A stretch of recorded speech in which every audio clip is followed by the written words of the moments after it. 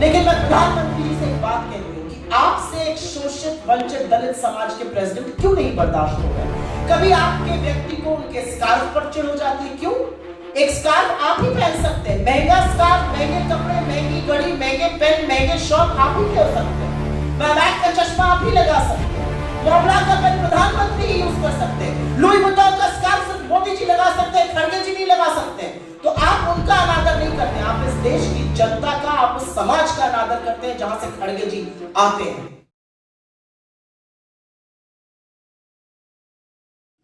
और ये कोई आम बात नहीं कि सरकार ने सीएए कानून तो पारित कर दिया लेकिन नोटिफाई अभी तक लॉ नहीं कर पाए।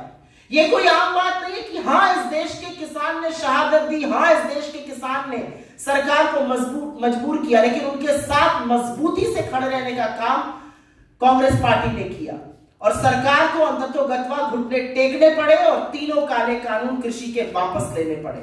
और ये हमने तब किया और ऐसे तमाम कानून हैं जिस पर उनको हमने मजबूर किया, इतनी ब्रूट मेजॉरिटी होने के बाद भी। और ये तब हो रहा है जब सदन में चुने हुए सांसदों को बाहर फेंक दिया जाता है, जब सदन में पूरे सेशन के लिए चुने हुए सांसदों को छोटी बातों के लिए सस्पेंड कर दिया जाता है, जब बोलते वक्त माइक बंद कर दिया जाता है सांसदों का, जब बड़े बड़े स्पीचेस में से वो निकाल दिए जाते हैं जो मोदी जी को सूट नहीं करते। अभी जैसा हुआ, चाहे राहुल जी का वक्तव्य हो, चाहे खड़गे जी का भाषण हो। और ये सब हमने तब किया जब अनपार्लियामेंट्री लिस्ट इतनी लंबी होती जा रही है, क्योंकि हर वो विश्लेषण, हर वो शब्द जो आप मोदी सरकार के खिलाफ बोलना चाहिए वो अनपार्लियामेंट्री हो गया। जुमला भी अनपार्लियामेंट्री है, जुमलेबाजों ने जुमलों में कमी नहीं की और जुमले को भी अनपार्लियामेंट्री बना दिया। ऐसे वक्त में सदन में हमने सरकार को लगातार घुटने टेकने को मजबूर किया है और यह हमारी बहुत बड़ी उपलब्धि। और अब हम बात करते हैं, क्योंकि किसी भी लोकतंत्र में सदन से सड़क तक की लड़ाई ही लोकतंत्र को जीवित रखती है। सदन की लड़ाई के बारे में मैंने आपसे चर्चा करी, अब सड़क की बात कर लेते हैं।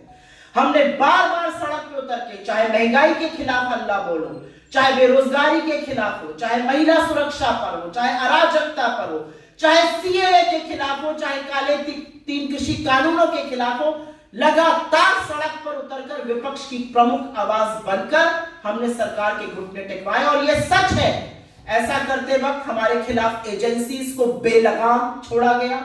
निरंकुश पुलिस ने हमारे कार्यकर्ताओं के साथ ही नहीं, हमारे शीर्ष नेतृत्व के साथ भी बर्बरता करी, लेकिन ना उनकी एजेंसी हमें डरा सकती है और ना उनकी नपुंसक पुलिस हमें डरा सकती है।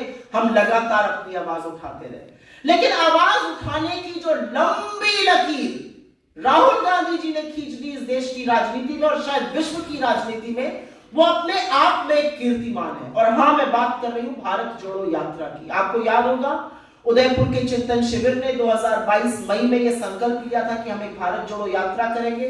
7 सितंबर को वो यात्रा शुरू हुई और 30 जनवरी को उसका समापन कश्मीर में हुआ। कन्याकुमारी से कश्मीर तक की ये यात्रा करीब 4000 किलोमीटर पद यात्रा 12 राज्यों 2 यूनियन टेरिटरीज से होते हुए गुजरी। और इस यात्रा में हमारे पास लाखों करोड़ों लोग जुड़े, और वो लोग जुड़े जिन्होंने कहा हम एक आदमी के मन की बात सुनकर तंग आ चुके हैं। कोई तो है जो आज सड़कों पे उतर के पैदल चलकर हमारी बात सुनने को तैयार है। लोगों ने हमसे बात करी बेरोजगारी के खिलाफ, लोगों ने हमसे बात करी महंगाई के खिलाफ, लोगों ने हमसे बात करी पुलिस की बर्बरता के खिलाफ, लोगों ने हमसे बात करी संवेदन विहीन बन गई सरकार के खिलाफ, लोगों ने हमसे बात करी कैसे सामाजिक ताना बाना तोड़ा जा रहा है और उसके क्या परिणाम है उसके बारे में।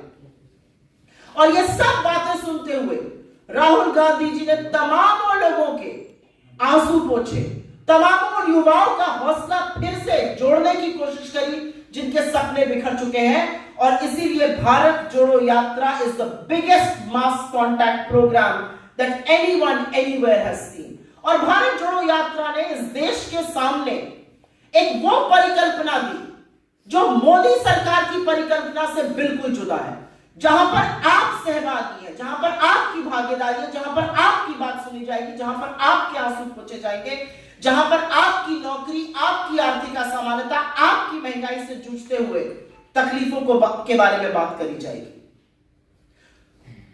कांग्रेस ने लगातार लोगों की बात सुन के कानून बनाए, और मैं 2004 से 14 की तो बात अभी करूंगी, लेकिन अपनी प्रेजेंट सरकारों की ओल्ड पेंशन स्कीम, पुरानी पेंशन स्कीम, बड़ी एक समस्या से लोग जूझ रहे थे। हमारी सरकारों ने यह सुनिश्चित किया, चाहे वो राजस्थान हो, छत्तीसगढ़ हो, हिमाचल हो, कि ओपीएस लाया जाए, क्योंकि लोग ये चाहते हैं। ये सरकार का काम है कि आप पैसा कहां से जुगाड़ेंगे, आप स्कीम कहां से लाएंगे, लेकिन अगर लोग ये चाहते हैं कि वो स्कीम आए तो वो स्कीम आएगी। चाहे हेल्थ इंश्योरेंस स्कीम राजस्थान की हो, या अभी 500 रुपए में सिलेंडर देने का ऐलान जो उन्होंने किया हो, या छत्तीसगढ़ की जो न्याय योजना हो, और तमाम ऐसी कृषि से संबंधित योजनाएं जो वहां पर जोड़ी गई, जो सबसे ज्यादा खरीद करी गई, हमारी सरकारों ने लगातार ऐसा काम किया है।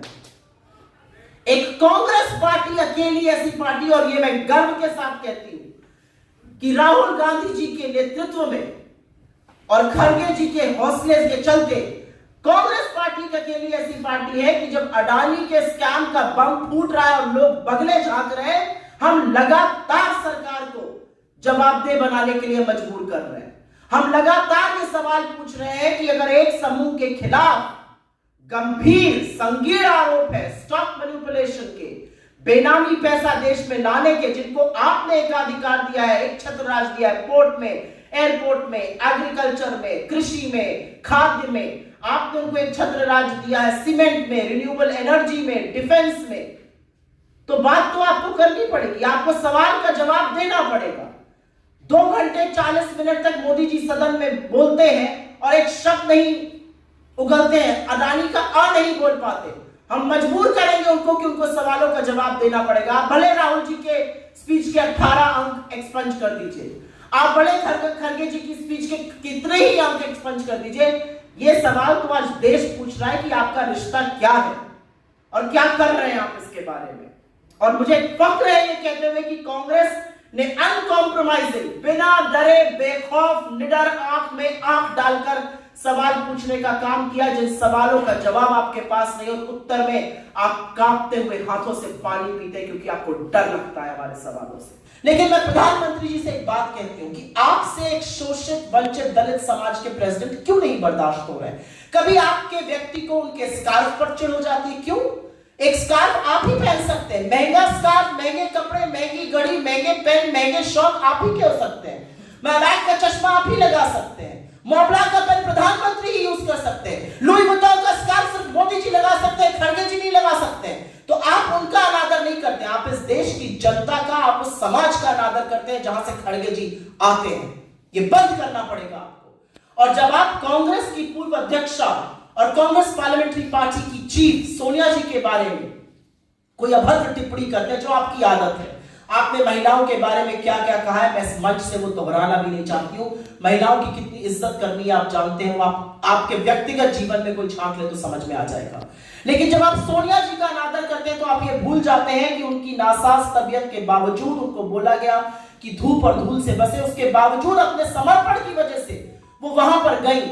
और मैं आपको व्यक्तिगत तौर पे बोल सकती हूं क्योंकि मैं मंच पर उनके जस्ट पीछे बैठी हुई थी, और जो मैंने उनका आचरण और अपने शीर्ष नेतृत्व का आचरण, एक दूसरे के लिए सम्मान, आदर, प्रेम देखा, वो मेरे लिए आदर्श आचरण का नमूना है। ऐसा कोई वक्त नहीं था जब खड़गे जी खड़े हुए और सोनिया जी तुरंत अपनी सीट से उठ के खड़ी नहीं हो गई। और एक महिला होने के नाते शायद उनको ये करने की जरूरत भी नहीं थी, लेकिन उन्होंने ऐसा किया। या खड़गे जी ने, जिन्होंने प्रोमिनेंटली उनको आगे करके चले, इसमें क्या गलत बात है? आपके तमाम ऐसे वीडियो में दिखा सकती हूं जहां पर अडानी जी, अडानी जी तो आपसे जीएसटी कराते हैं, अडवाणी जी आपकी जीएसटी करते हैं, वो हाथ जोड़कर खड़े हैं, आप उनके डायरेक्शन में देखते नहीं और चले जाते हैं। मैं तमाम ऐसे वीडियो दिखा सकती हूं जहां पे मुरली मनोहर जोशी आपके तरफ हाथ जोड़ के खड़े, आप उनकी तरफ नजर नहीं डालते हैं। आपकी पार्टी में 75 साल से ऊपर के लोगों को मेंटल कोमा घोषित कर दिया जाता है। आप जो काली करतूतें करते हैं उसके बारे में बात करिए। कर्नाटक गए थे, कर्नाटक में 40% भ्रष्टाचार की बात करिए, कमीशन की बात करिए, पेपर लीक की बात करिए, कर्नाटक में किस तरह से हिंसा और नफरत फैलाई जा रही है उसके बारे में बात करिए। क्योंकि जब जब आप खड़गे जी के खिलाफ बोलिएगा या जब जब आप कांग्रेस की पूर्व अध्यक्षा के खिलाफ बोलिएगा, आप अपने पद की गरिमा को और गरिमा विहीन करते जा रहे हैं, अगर थोड़ी बहुत बची है।